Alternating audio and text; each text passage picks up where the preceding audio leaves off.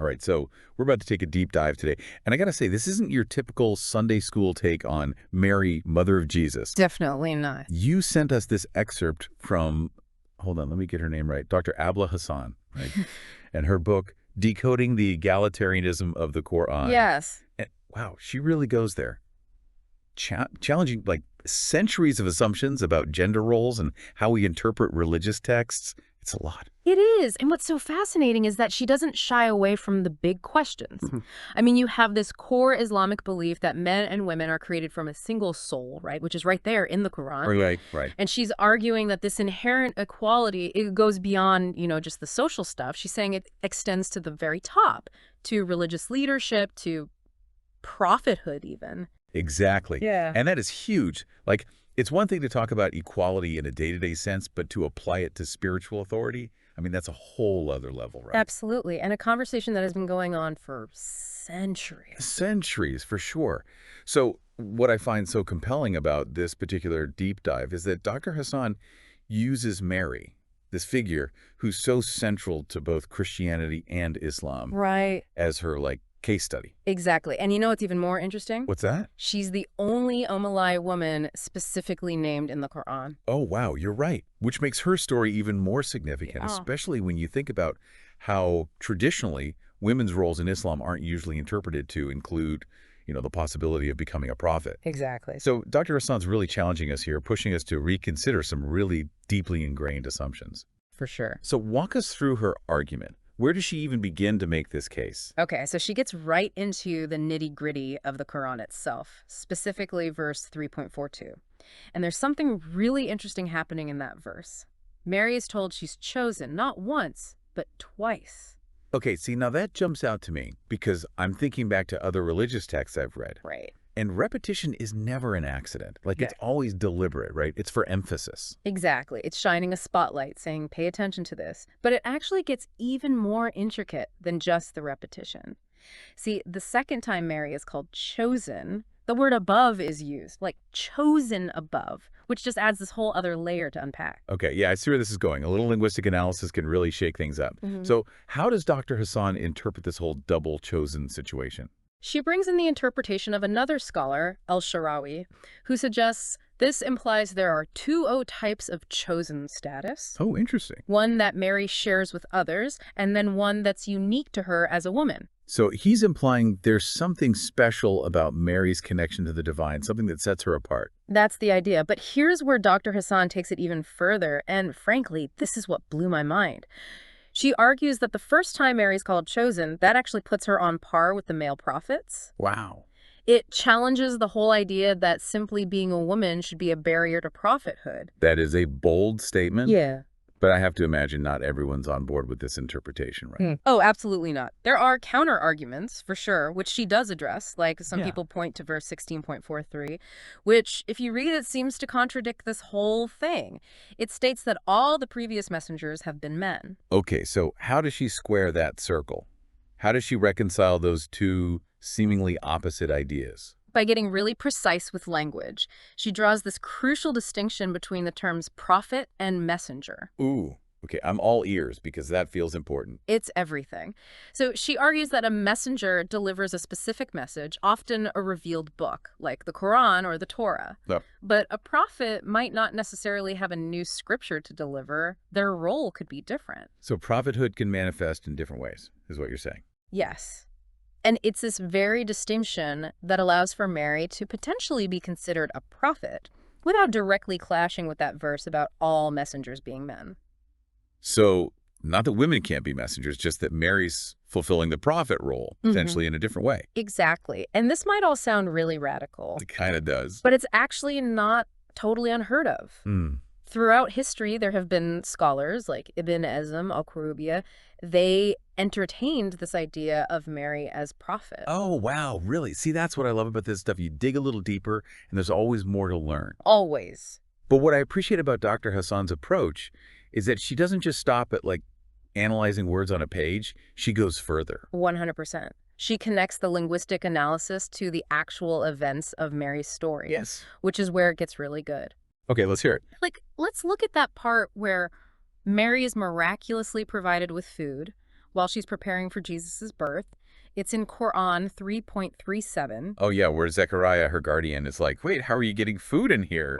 Completely baffled. Exactly. And it's the language used here that's key.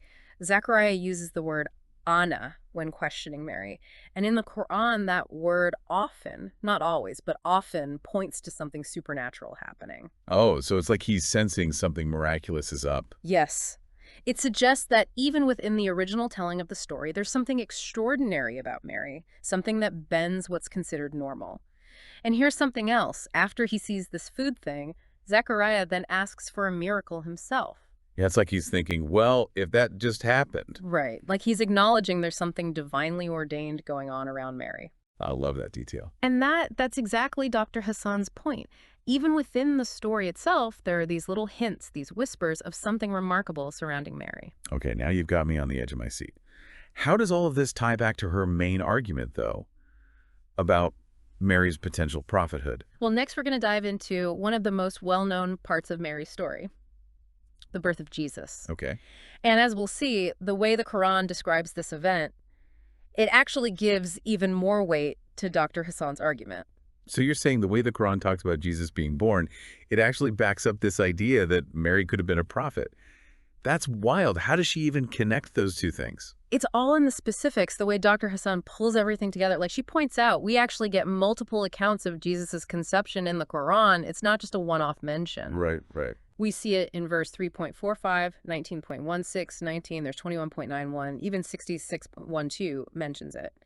And these aren't just like copy and paste repetitions either. You're right. Now that I think about it, there are some little differences in those verses. I always just figured they were saying the same thing in different ways. Totally. Yeah. That's how a lot of people read it. But Dr. Hasan, she sees something more deliberate going on. She's arguing that these multiple accounts, they're not just repetition, they're distinct moments, each one building on the last one, giving us more and more layers to the story. Okay, now you've got me curious. What kind of distinction is she making between these accounts? Because they all seem to be about the same miraculous event. To really get what Dr. Hasan's saying, it helps to bring in a couple other scholars, Al-Sharawi and Al-Shanqui. Okay. Their take is that Mary was told about having a son first, but then she's surprised by the HOW, like the actual visit from Gabriel. See, now that is a big detail that changes how you see the whole thing. It's not even that she's questioning God telling her to have a child. It's more that she's caught off guard by how it's going to happen. Exactly. Huge difference. And that actually says a lot about Mary. It really reinforces how devout she is, her submission to God. She's not questioning having a child at all, which, let's be real, that would have been scandalous back then. Totally. But she does have this very human reaction to this totally unexpected, I mean, let's be honest, supernatural event. It makes her relatable. You know what I mean? Like, here she is facing this impossible thing, and her response is completely understandable, even though her whole situation is anything but ET normal. 100%. It's like she's still human, even as she's going through this crazy, remarkable thing. And this is where Dr. Hasan ties it all back around. She points to the exact words used when the Quran describes God breathing life into Mary. It's the same language used for Adam's creation back in Quran 15.29. Oh, wow. You know, I have to admit, that parallel never even occurred to me. But it makes so much sense. Right. Subtle, but crazy important. By connecting Mary to Adam, the very first human, Dr. Hasan is raising her status big time, especially in that time period, in that society where women were seen so differently. It's like you said, her story isn't just about being Jesus' mom, which is huge on its own, but there's something deeper there, something that gets at the core of creation. And maybe, like Dr. Hasan's saying, even prophethood itself. It's like we're uncovering this hidden layer of meaning, right? Yeah. Something that's maybe been missed for centuries.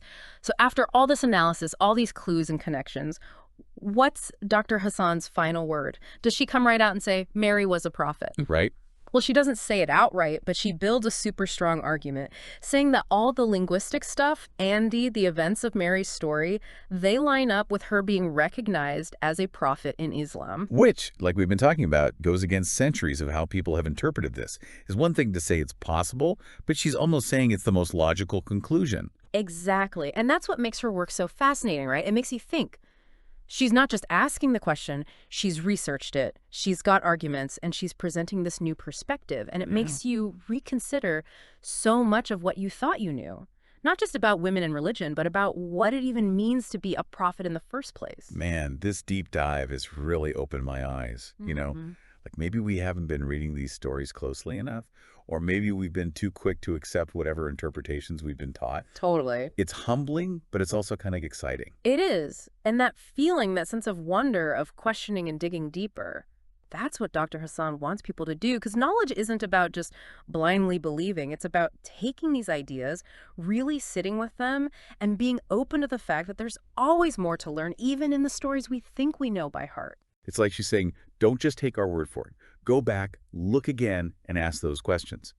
And that's true for so much, not even just religion. Oh, absolutely. That's what's so cool about this deep dive with Dr. Hasan's work. It's bigger than just Mary, even bigger than just Islam. It's about how much power interpretation have, Like, these ancient texts, they're full of these layers. They can speak to people in different ways throughout time. It's really something. And maybe those different ways of reading them can even change how we see the world now, right? The roles we assume people have always had. It's that what if question, right? Like, Yeah. what if Mary's story is about way more than we thought? What other stories that we think are already settled, what if they could use a fresh look too? That is a powerful thought to leave our listeners with today. If this has got you thinking, and trust me, it did for us, Yeah. you got to check out Dr. Abla Hasan's book, Decoding the Egalitarianism of the Qur'an. It is full of these thought-provoking arguments that really make you examine what you think you know about gender, religion, interpretation, the whole thing. 100%. And that's what makes these deep dives so great, It's about taking on these big questions, sitting with how complex they are, and just realizing there's always more to learn, more to explore, both out in the world and within ourselves.